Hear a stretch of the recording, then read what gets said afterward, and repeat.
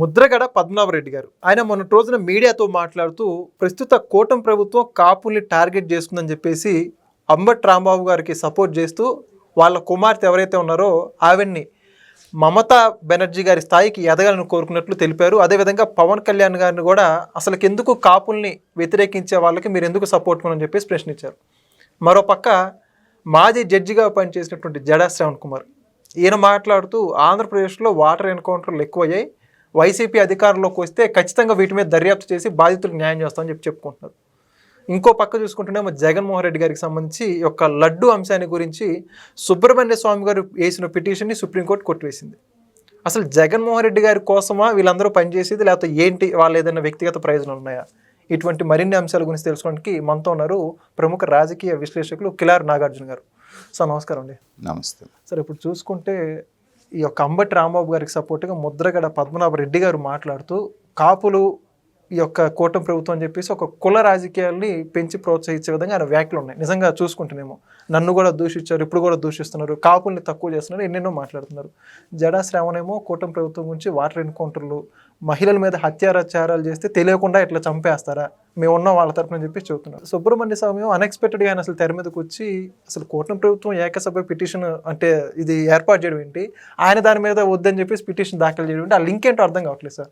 ఈ అంశాల గురించి మేము మాట్లాడేమంటారు అంటే జగన్మోహన్ రెడ్డి గారి రాజకీయ ప్రస్థానం మనం మొదటి నుంచి చూసినప్పటి నుంచి ఆయన రాజకీయం చేసింది రెండింటినే నమ్ముకొని, ఒకటి సానుభూతి, రెండు కుల రాజకీయాలు. నా తండ్రి చనిపోయినటువంటి సానుభూతితోటి అప్పుడే సీఎం అవ్వాలనుకున్నాడు, జరగలేదు. 2014లో అనుకున్నాడు, జరగలేదు. పట్టుదలగా ప్రయత్నం చేశాడు, 2019లో సాధించాడు, ముఖ్యమంత్రి అయ్యాడు. ఎలా అయ్యాడు అనేటువంటిది మనం చూడాలి. ప్రశాంత్ కిషోర్ అనేటువంటి ఒక పొలిటికల్ బ్రోకర్, నేను అతన్ని స్ట్రాటజిస్ట్ అని మిగతాదని ఇట్లాంటి వాటిని నేను ఒప్పుకోను.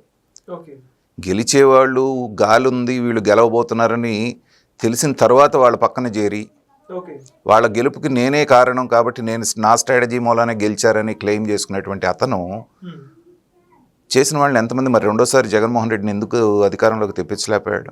ఆయన టీమేగా ఉంది. కాబట్టి అలాంటి వ్యక్తి వచ్చిన తర్వాత అతను జగన్మోహన్ రెడ్డికి ఇచ్చినటువంటి ఒక సలహా ఏంటంటే, ఈ రాష్ట్రంలో, ఎందుకంటే ఆంధ్రప్రదేశ్ అనేటువంటిది భారతదేశంలో ఉన్నటువంటి అన్ని రాష్ట్రాల్లో బాగా చైతన్యవంతమైనటువంటి ప్రజలు చైతన్యవంతులుగా ఉండేటువంటి రాష్ట్రాల్లో అతి కొద్ది రాష్ట్రాల్లో ఆంధ్రప్రదేశ్ ఒకటి. సో ఇలాంటి రాష్ట్రంలో అధికారం చేపట్టాలి అంటే వాళ్ళల్లో అభివృద్ధి పట్ల ఉన్నటువంటి కాంక్షని మనం గనక ఇంకో పక్క డైవర్ట్ చేయకపోతే, అభివృద్ధి కావాలంటే చంద్రబాబు నాయుడు గారు పక్కనే చూస్తారు. వాళ్ళు ఆల్రెడీ అమరావతి అనేది మొదలు పెట్టారు, పోలవరం పరుగులెత్తుతోంది. కాబట్టి దీన్ని బ్రేక్ చేసి జనాల్ని డైవర్ట్ చేసి జగన్మోహన్ రెడ్డిని అధికారంలోకి తీసుకురావడానికి అతను వాడినటువంటి స్ట్రాటజీ ఏంటంటే, మన వాళ్ళకు ఉన్నటువంటి ఆంధ్రాలో ఉన్నటువంటి వాళ్ళకున్న వీక్నెస్ ఏంటంటే, కులం అనేటప్పటికి ఎక్కడ లేనటువంటి వీళ్ళకి పౌరుషాలు వస్తాయి. అవతల రాజకీయ నాయకుడు మన కులపోడు ఏం చేస్తున్నాడు అనేటువంటి ప్రస్తావన, ఆలోచన కూడా వాళ్ళకు ఉండదు. ఇప్పుడు ఉదాహరణకి అంబటి రాంబాబునే తీసుకోండి.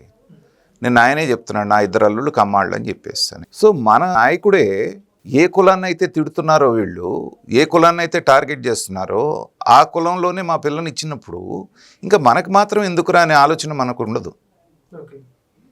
కాబట్టి అలా ఒక నాయకుడి మీద, కులం మీద, కులాన్ని రెచ్చగొడితే కొట్టుకు చావటం అనేటువంటిది ఎప్పటి నుంచో ఉందనేటువంటి దాన్ని పసిగట్టాడు ప్రశాంత్ కిషోర్. ఉన్నది 2 కులాలు, అక్కడ మార్చి అధికారాన్ని చెలాయిస్తున్నాయి. ఉంటే రెడ్లు ఉంటారు, లేకపోతే కమ్మాళ్ళు ఉంటారు. కాబట్టి జగన్మోహన్ రెడ్డి గారు రెడ్డి కాబట్టి ప్రత్యర్థి కులం ఏదైతే ఉందో, నిజంగా మాట్లాడాలంటే చంద్రబాబు నాయుడు గారి సామాజిక వర్గం రాష్ట్రం మొత్తం మీద కలిపితే ఎంత పర్సంటేజ్ ఉంది? చాలా కొద్ది. మరి వాళ్ళొక్కళ్ళు ఓట్లేస్తే ఆయన అధికారంలోకి రాలేరు. బీసీలు, ఎస్సీలు, ఎస్టీలు, కాపులు, అన్ని సామాజిక వర్గాలు చంద్రబాబు నాయుడు గారు గతంలో చేసినటువంటి పనులు, ఆయన ట్రాక్ రికార్డుని చూసి మాత్రమే ఆయనకు అధికారం ఇస్తున్నారు. 2024లో కూడా అలాగే ఇచ్చారు. కాబట్టి అందరూ ఇస్తారు. కాబట్టి ఈ కులాన్ని అసలు విలన్ని చేసేస్తే మిగతా కులాలతో, మిగతా బాగా వెన్నుముక్కలాగా ఉండే కులం ఏది తెలుగుదేశానికి? బీసీ కులాలు. రామారావు గారు పార్టీ పెట్టినప్పటి నుంచి బీసీలు అంటే తెలుగుదేశం వెనకాలే ఉంటారు. కాపులు చాలా మెజారిటీ, వాళ్ళు దాదాపు 24% ఉన్నారు. వాళ్ళు ఈ 2 సామాజిక వర్గాలను కనుక వీళ్ళకి దూరం చేయగలిగితే అనేటువంటి స్ట్రాటజీ తోటి ఆ పర్టికులర్ కులాన్ని విలన్గా చిత్రీకరిస్తూ అమరావతి వస్తే కమరావతి అయిపోతుంది, వాళ్లే బాగుపడతారు, వాళ్లే ఇచ్చేస్తారు, అధికారం వాళ్ళు దోచుకున్నారు, వాళ్ళకి ఇచ్చుకున్నారు.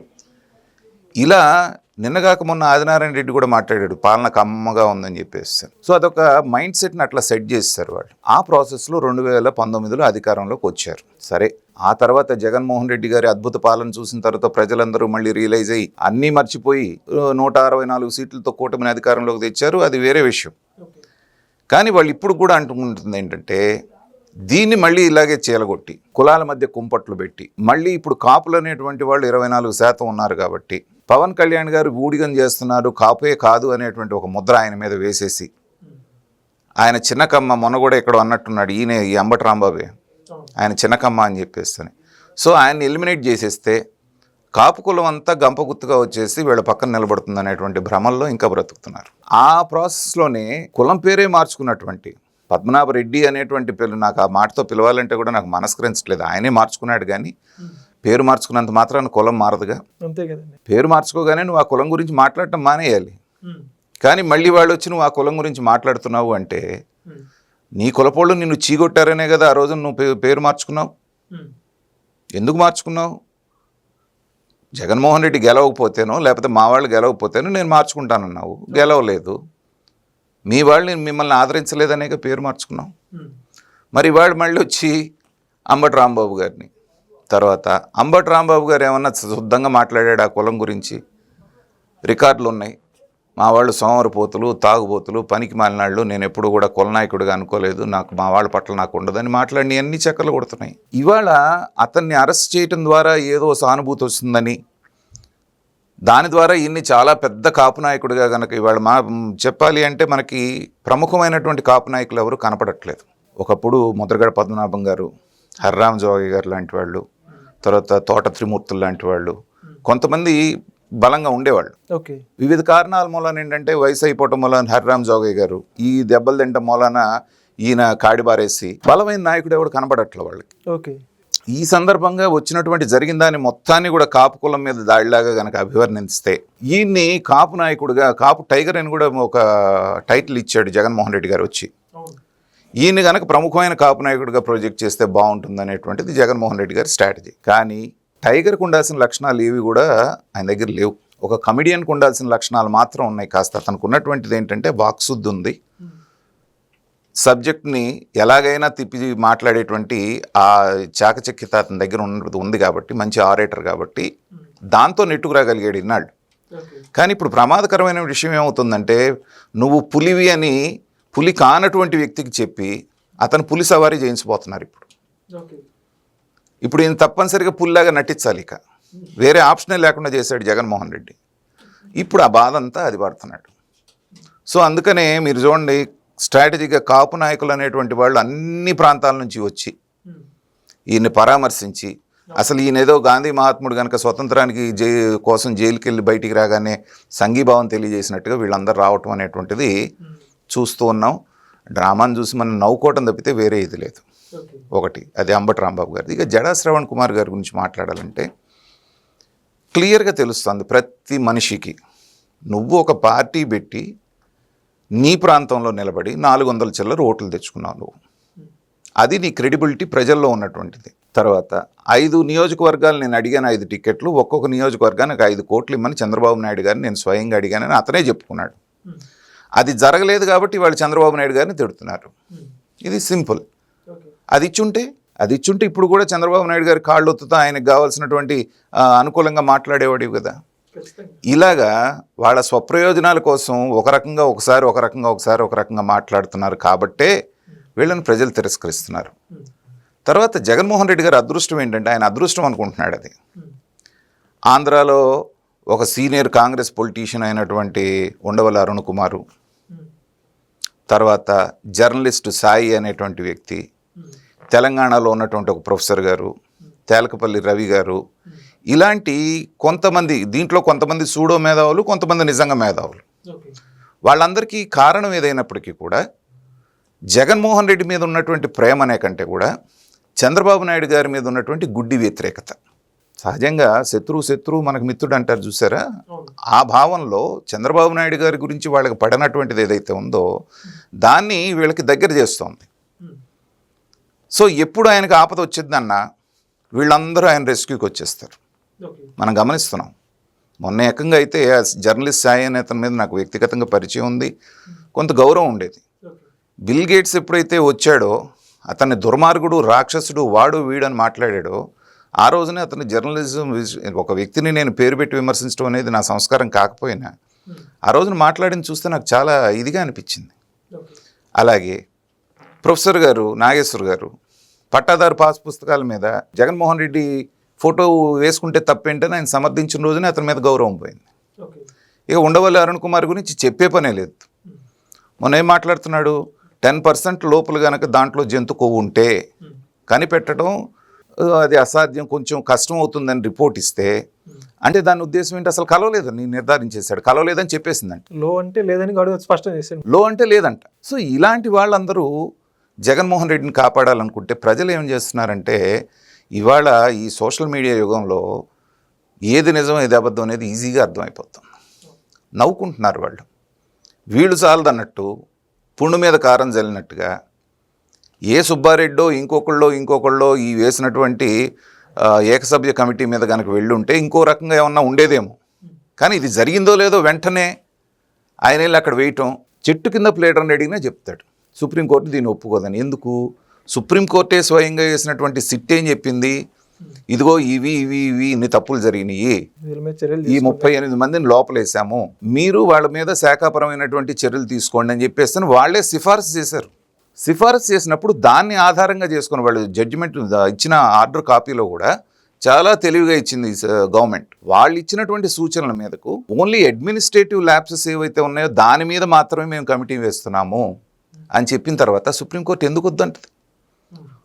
ఒక రకంగా సుప్రీంకోర్టు చెప్పిన పన్నే వీళ్ళు చేస్తున్నట్టు.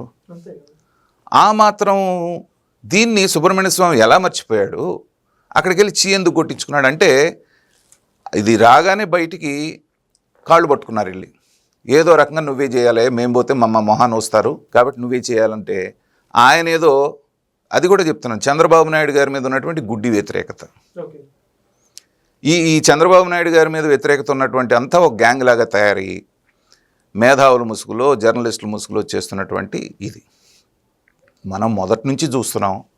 చంద్రబాబు నాయుడు గారి వ్యక్తిత్వం, మనస్తత్వం ఏంటంటే చట్టానికి వ్యతిరేకంగా వెళ్ళే ఏ పని, కోర్టు తప్పుపట్టేటువంటి ఏ పని కూడా ఆయన ఎంటైర్ కెరియర్లో మీరు చూడండి, ఒక మహా అయితే నాకు గుర్తున్నంత వరకు ఒక 3-4 సందర్భాల్లో మాత్రమే, అది కూడా ఆయన తప్పు చేశాడని కాదు, ఆయన చేసినటువంటి వ్యాఖ్యల మీద చర్యల మీద కొంచెం కామెంట్ చేశారు. ఉదాహరణకి మొన్న లడ్డూ కల్తీ విషయం మీద సుప్రీంకోర్టు అంతా ఏమంది, ముఖ్యమంత్రి స్థాయిలో మీరే అలా అంటే గందరగోళ పరిస్థితి ఉంటుంది కదా, మీరు అలా అనకుండా ఉంటే బాగుండును. ఇలాంటివి మాత్రమే ఒక 3-4 సందర్భాల్లో జరిగినాయి కానీ డైరెక్ట్గా అభిశంసించిన సందర్భాలు ఎప్పుడూ లేవు. అదే జగన్మోహన్ రెడ్డి గారి పీరియడ్ 5 సంవత్సరాలు తీసుకుంటే కొన్ని 100 సార్లు తిట్టుంటుంది. డీజీపీ దగ్గర నుంచి చీఫ్ సెక్రటరీ దగ్గర నుంచి మామూలు ఐఏఎస్ ఐపీఎస్ ఆఫీసర్లందరినీ కూల్చి నుంచోబెట్టి పుస్తకాలు ఇచ్చి సెక్షన్లు చదివించింది. అది ఈ 2 ప్రభుత్వాలకు ఉన్నటువంటి వ్యత్యాసం. ఎవరెన్ని జాకీలు వేసి తప్పు చేసినటువంటి వాడు శిక్ష అనుభవించాల్సిందే. అంబటి రాంబాబు నేను తప్పు అయిపోయిందని ఇలా మాట్లాడకుండా ఉండాలని చెప్పి సన్నాయి నొక్కులు నొక్కాడే కానీ నన్ను క్షమించండి తప్పు చేశాను చంద్రబాబు నాయుడు గారు అని అన్నాడా? అది లేకుండా చెప్పింది క్షమాపణ అవుద్దా? ప్రజలు గమనించరా? ఇంకా 4 దన్నాలు అంటున్నారు. కాబట్టి ఇవి వాళ్ళు గమనించుకుంటే మంచిది. ఈ గిమ్మిక్లన్నీ చేస్తూనే ఉంటారు, ఇంకో 3 సంవత్సరాలు మనం భరించాల్సిందే. చక్కగా చెప్పారు సార్, థ్యాంక్ యూ. నమస్తే. Please subscribe to Leo news for more videos.